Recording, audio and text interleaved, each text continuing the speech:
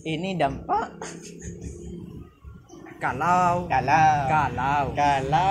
sistem masuk jam 5 diterapkan kepada perguruan tinggi. Iya, perguruan tinggi.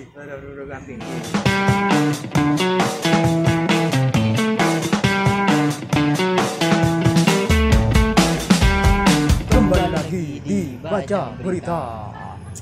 Kali ini episode berapa Mas? 11 ya? Iya.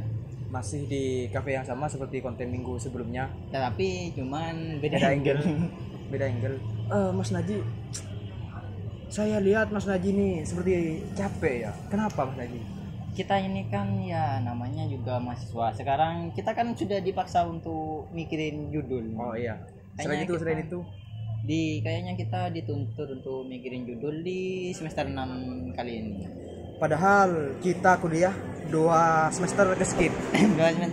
Tiba-tiba disuruh mikirin judul. Seperti itu. Itu sudah nggak tahu kenapa ke-skip 2 tahun, sudah tiba-tiba disuruh mikir judul. Mas Naji. Sementara saya ini juga sedikit ngantuk sebenarnya Mas Naji. Kenapa mengantuk? Kan kita hari ini libur, masih besok masuk. Kenapa begadang MU Liverpool? Saya Barcelona Mas Naji. Saya Barcelona. Ya nggak tahu aja, capek gitu Mas Naji. Capek kenapa? Bisa dijelaskan dah? Karena ya untuk konten kita kali ini Mas Naji, konten kita ini dan juga perkembangan channel YouTube kita. Jadi untuk teman-teman, saya lihat kita sudah sediakan di link di profil kita di sebelah kanan. Dan untuk teman-teman yang belum subscribe, tolong di subscribe supaya kita cepat monetisasi. Jangan sungkan-sungkan ya teman-teman. Dan supaya kita cepat pindah ke studio kita yang baru, yang saat ini masih proses dari niat dan juga mikir. Ngomong-ngomong soal bola Mas Naji, saya jadi kepikiran Mas Naji tentang murid-murid yang bersekolah di NTT Mas Naji, yang dimana jam masuknya itu jam 5. Iya. Sedangkan bola-bola di luar sana di Eropa tentunya jam 4, jam 3 mulainya.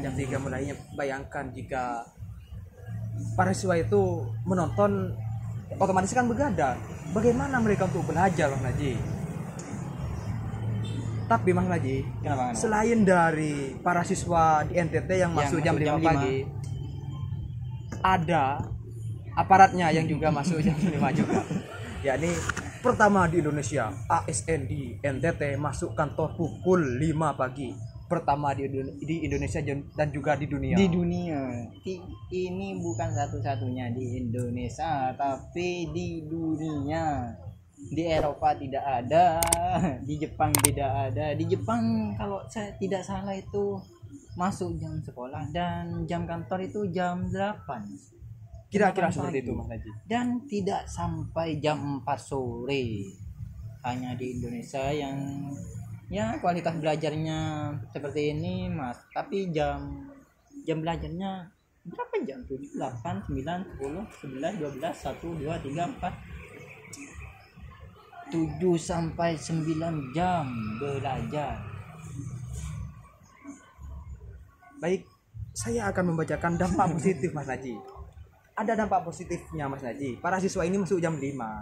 Emang kan mereka masuk jam 5, dampak positifnya tidak ada. Dan mereka tidak dapat menonton sepak bola. Mas Naji jangan banyak basa-basi, biar saya langsung bacakan dampak positifnya. Boleh, silakan. Yang pertama, menjaga kesehatan siswa. Mas Naji. Masuk jam 5 menjaga kesehatan siswa. Benar sekali. Berangkat sekolah itu harus semangat. Iya, olahraga mungkin di kelasnya. Yang kedua, lebih produktif dalam belajar. Yang ketiga, lebih banyak waktu untuk aktivitas ekstrakurikuler. Selanjutnya, menyediakan waktu untuk mengerjakan tugas. Dan yang terakhir, memperkuat disiplin siswa. Itu dampak positifnya Mas Naji. Kita ini mau langsung dikomentarin atau mau baca dampak selanjutnya terlebih dahulu? Silakan Mas Naji, jika ada komentar bisa langsung. Kayaknya kita harus langsung ke pendapat selanjutnya. Dampak selanjutnya maksudnya. Dampak selanjutnya. Dampak negatifnya, positif. Dampak negatif. Jadi untuk dampak yang kurang baik, kualitas tidur siswa menurun. Yang kedua, rasa kantuk yang mengganggu. Yang ketiga, potensi keterlambatan dan ketidakhadiran. Lalu menimbulkan stres pada siswa. Dan juga kurangnya waktu untuk aktivitas ekstrakurikuler. Saya sampai batu-batu Mas Haji. Potensi pengaruh negatif pada kesehatan mental. Jadi itu dampak negatifnya. Jadi kesimpulannya dari dampak positifnya itu dampak positif tidak berguna. Tidak bisa dihitung Mas Haji. Jadi untuk dampak positif yang saya bacakan tadi ternyata sia-sia. Tidak ada gunanya. Jadi Tidak ada dari gunanya. Kompasiana itu hanya memberikan waktu kepada editornya untuk Iya, latihan menulis. Jadi dampak positif dari siswa masuk jam 5 pagi ternyata Tidak ada sama sekali. tidak ada sama sekali. Dampak positif yang saya bacakan tadi ternyata cuma hanya bualan semata. Ternyata dampak negatifnya berlawanan. Aduh ya Allah. Bayangkan kita sebagai mahasiswa Mas Naji, jika masuk jam pertama jam 5. Bayangkan, sementara kita- jam 8 saja. Banyak yang telat seperti itu. Jangan-jangan Mas Naji, Kenapa? jika hal tersebut diterapkan kepada mahasiswa, Pada mahasiswa. akan terjadi kasus yang akan saya bayangkan, yakni Silakan. 7 mahasiswa ngaku polisi culik dan aniaya dosen Poltekkes Pontianak. Ini dampak Kalau sistem masuk jam 5 diterapkan kepada perguruan tinggi seperti itu. perguruan tinggi. Perguruan tinggi. Mungkin ini yang ya kita gak tahu, mungkin ini sebabnya yang aku salah ngomong. 7 mahasiswa ngaku polisi culik dan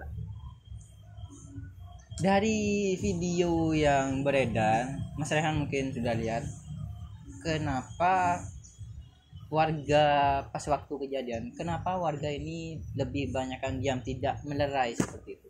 karena Itu yang kenapa? Iya, karena yang tadi Mas Naji ngaku polisi. Oh iya, mengaku polisi. Ya, jadi warga pasti ini pasti polisi gitu. Intel mungkin. Iya, mengira seperti itu. Jadi mungkin dibiarkan karena sudah ada aparat yang bertanggung jawab seperti itu. Ya, Ya karena ketidaktahuan warga Mas Naji. Ternyata seperti itu. polisi gadungan. Ternyata ini mahasiswanya. Iya, yang mengaku polisi. Tetapi kayaknya mungkin modus mahasiswa ini melakukan seperti ini. Apa, Mas? Jadi untuk modusnya Mas Naji masih didalami oleh polisi. 7 orang Mas Naji, tapi ini dari kampus yang berbeda dari dosen dari korban. Jadi korban dan si mahasiswa ini beda kampus. Iya, antara pelaku dan korban ini kampusnya itu berbeda. Oh, seperti itu. Dan yang saya baca tadi, kalau nggak salah ya, ini Mas Naji, apa itu? Salah satu dari ketujuh pelaku ini Tersangka. merupakan pacar mahasiswi korban. Pacar? Kenapa? Pacar mahasiswa korban? Iya, salah satu dari 7 tersangka. Tapi motifnya masih digali oleh polisi. Padahal polisi ini kan sudah jadi peringkat institusi terbaik nomor 5 di sedunia. dunia. Tapi masih diusut Mas Naji, masih diusut. Apakah Mungkin nomor 5 kita bahas sebentar. Mungkin institusi nomor 5 terbaik sedunia ini kita harus cek dan dicek siapa yang membuat riset ini. Iya. Apakah yang membuat riset ini institusinya tersendiri yang membuat riset seperti ini? Kekuatan orang dalam. Tapi ada yang lebih hebat lagi dari polisi, Mas Naji. Di peringkat nomor 4 atau bagaimana? Peringkat nomor 1. Bisa dibilang peringkat nomor 1, Mas Naji. Yakni warga Indonesia sendiri, Mas Naji. Karena warga Indonesia menggagalkan aksi kelitih yang terjadi di Magelang. Bahwa celurit berakhir ditabrak mobil. Kelitih sudah menyebar, Mas Naji. Yang awalnya di Jogja ternyata sudah sampai ke Magelang. Baik teman-teman, kita akan reaction sebentar. Video kelitih yang mungkin dari teman-teman sudah tahu videonya, kita akan tampilkan videonya. Terus enggak nih.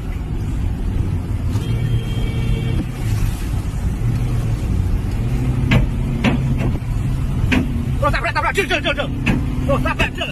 Ini terus tabrak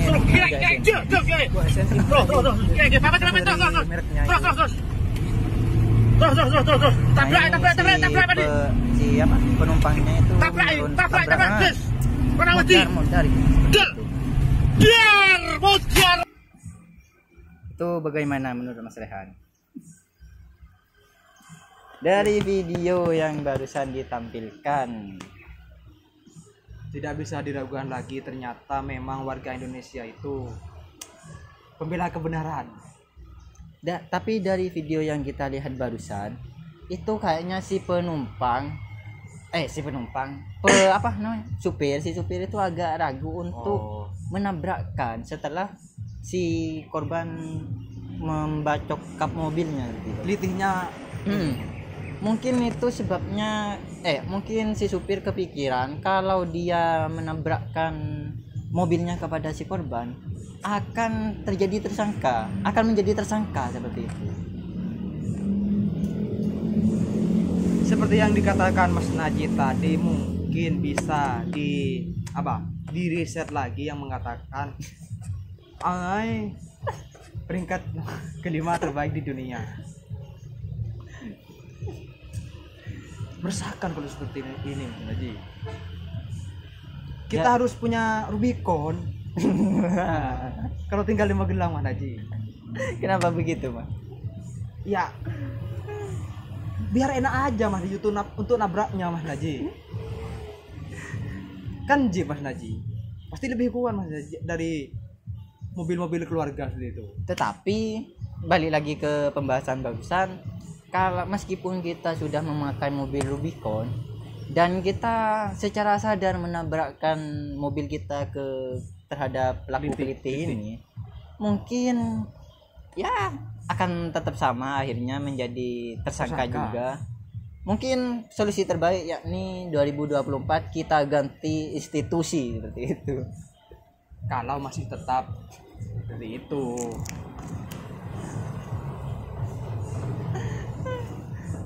Mas Naji semakin hari semakin berani ya. Sementara saya ketar-ketir di sini. Tidak habis pikir. Dipikir-pikir, iya, tidak habis pikir. Sementara saya memikir. Aduh. Sepertinya Mas Naji ini setuju tentang pendapat kita untuk child free. Saya tidak setuju saya. Kayaknya setelah dipikir-pikir memang benar menurut Mas Rehan setuju dengan pendapat kita yang child free. Setelah dari beberapa episode kita kemarin yang apa saja, Mas? Tentang yang pertama itu anak DPRD Jambi. Sebenarnya masih banyak di depan, tapi yang kita ambil yang ingat-ingat saja seperti itu. Ya, DPRD Jambi yang membawa wanita telanjang yang pada akhirnya terjadi kecelakaan. Dan yang kedua itu yang masih hangat, anak Dirjen Pajak yang melakukan penganiayaan hingga korban koma. Dan berita barusan yang mahasiswa 7 mahasiswa melakukan penganiayaan, dan yang terakhir ini kelitih. Untuk teman-teman di video kemarin kan silau, jadi saya agak mundur dikit, tapi masih silau sepertinya. mungkin ini sebabnya kita harus cepat-cepat ganti studio, pindah ke studio pindah baru studio gitu. Mas Haji. Yang dimana sudah mulai proses dari niat. Baik untuk niat yang lebih baik lagi, dan juga untuk kualitas video yang jauh lebih baik dan juga tidak silau. Kita akhiri saja baca berita kali ini. Sampai jumpa di baca berita selanjutnya. Bye-bye.